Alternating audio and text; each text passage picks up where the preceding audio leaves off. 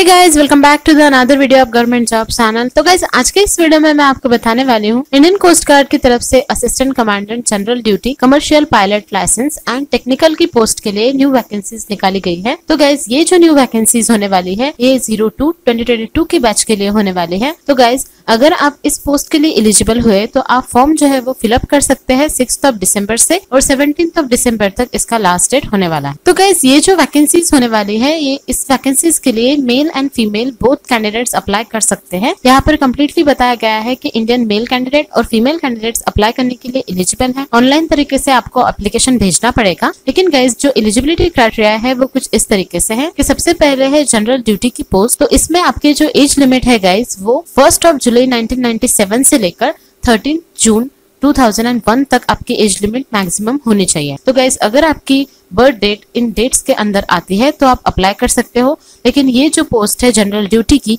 ये सिर्फ और सिर्फ मेल कैंडिडेट के लिए रखी गई है, तो इसीलिए मेल कैंडिडेट्स इसे अप्लाई कर सकते हैं। एजुकेशनल क्वालिफिकेशन में बताया गया है कि कैंडिडेट्स जिन्होंने बैचलर्स डिग्री कंप्लीट की है किसी भी रिकॉग्नाइज्ड यूनिवर्सिटी से, लेकिन मिनिमम 60% मार्क्स के साथ एग्रीगेट आपके 60% मार्क्स होने चाहिए। दैट इज फर्स्ट सेमेस्टर से लेकर 8th सेमेस्टर तक BE के या फिर बीटेक कोर्स अगर आपने कंप्लीट किया है या फिर first year to last year तक आपके बैचलर्स डिग्री, अगर आपके पास 60% एग्रीगेट मार्क है और आप इसी एज लिमिट में आपकी बर्थ डेट आती है तो आप जनरल ड्यूटी की पोस्ट के लिए अप्लाई कर सकते हो। उसी के साथ गाइस, मैथमेटिक्स और फिजिक्स आपके सब्जेक्ट होने चाहिए 11th और 12th में। अगर आपने 11th-12th में मैथमेटिक्स या फिर फिजिक्स नहीं किया है, ये सब्जेक्ट आपके पास नहीं है, तो आप अप्लाई नहीं कर सकते। यहाँ पर कम्प्लीटली बताया गया है कि मैथमेटिक्स एंड फिजिक्स के जो सब्जेक्ट है वो आपके 12th में होने ही चाहिए। और गाइस, उसी के साथ यहाँ पर कंप्लीट बताया गया है कि जो मैथमेटिक्स और फिजिक्स आपने कंप्लीट किया है उसमें आपके 60% एग्रीगेट मार्क्स होने चाहिए। तो गाइस, अगर आप इस एजुकेशनल क्वालिफिकेशन या फिर इस एजुकेशनल क्राइटेरिया के तहत आपका एजुकेशन है तो आप जनरल ड्यूटी की पोस्ट के लिए अप्लाई करने के लिए एलिजिबल। नेक्स्ट पोस्ट जो यहाँ पर रखी गई है गाइस वो है कमर्शियल पायलट एंट्री के लिए CPL SSA की पोस्ट के लिए।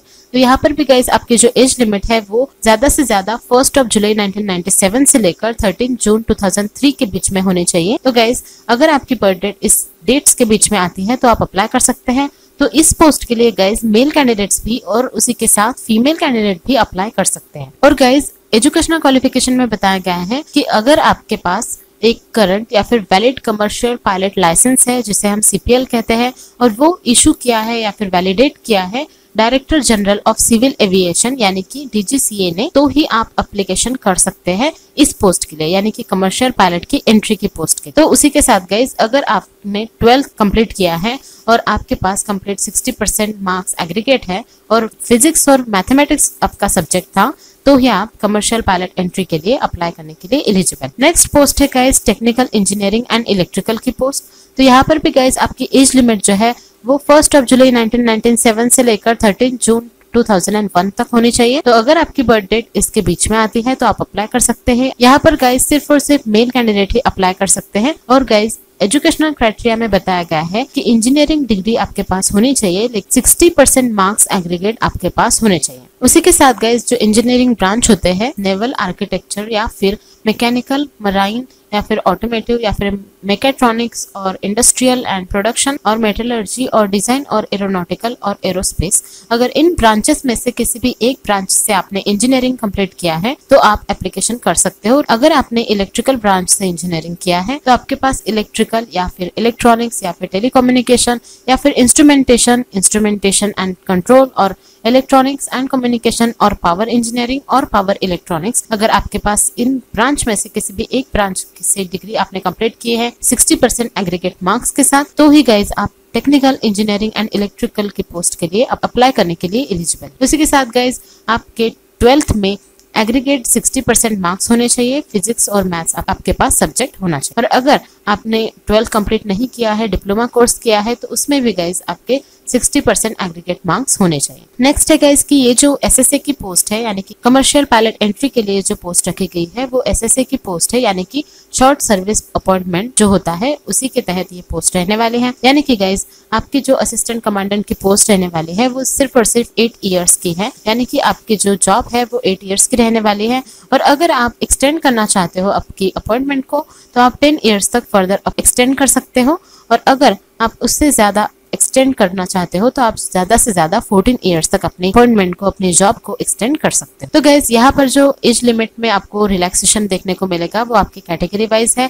SC ST और OBC कैंडिडेट को एज में रिलैक्सेशन मिलेगा। उसी के साथ जो नंबर ऑफ वैकेंसीज रखी गई है गाइज वो कुछ इस तरीके से है। GD की पोस्ट यानी कि जनरल ड्यूटी की पोस्ट के लिए टोटल 30 वैकेंसीज रखी गई है। 30 वैकेंसीज रखी गई है और SC कैटेगरी के लिए 5 वैकेंसी है, ST के लिए 16 है, OBC के लिए 6 है और EWS के लिए 1 वैकेंसीज रखी गई है और UR के लिए 12 वैकेंसीज है। तो ये टोटल है गाइज, यानी कि GD और CPL के मिलाकर इतने वैकेंसीज यहाँ पर रखी गई है। मतलब CPL की वैकेंसीज इसमें 10 है, तो इसी के हिसाब से टोटल वैकेंसीज जो है वो 40 वैकेंसीज है GD और CPL की पोस्ट के लिए। नेक्स्ट है टेक्निकल इंजीनियरिंग और टेक्निकल इलेक्ट्रिकल के लिए। तो टेक्निकल इंजीनियरिंग और टेक्निकल इलेक्ट्रिकल के लिए 6 और 4 ऐसे वैकेंसीज रखी गई है। इसमें SC कैटेगरी के लिए 2 वैकेंसीज है, ST के लिए वैकेंसी नहीं है, OBC के लिए 4 वैकेंसीज है और UR के लिए 4 वैकेंसीज है। इस तरीके से टोटल 10 वैकेंसीज आपको यहाँ पर देखने को मिलेगी। तो यहाँ पर गाइस कंप्लीटली बताया गया है कि अगर आपने कंप्लीट किया है अपना फाइनल ईयर, फाइनल सेमेस्टर का एग्जाम आपने दिया है, आपके पास एक डिग्री सर्टिफिकेट है, तो ही आप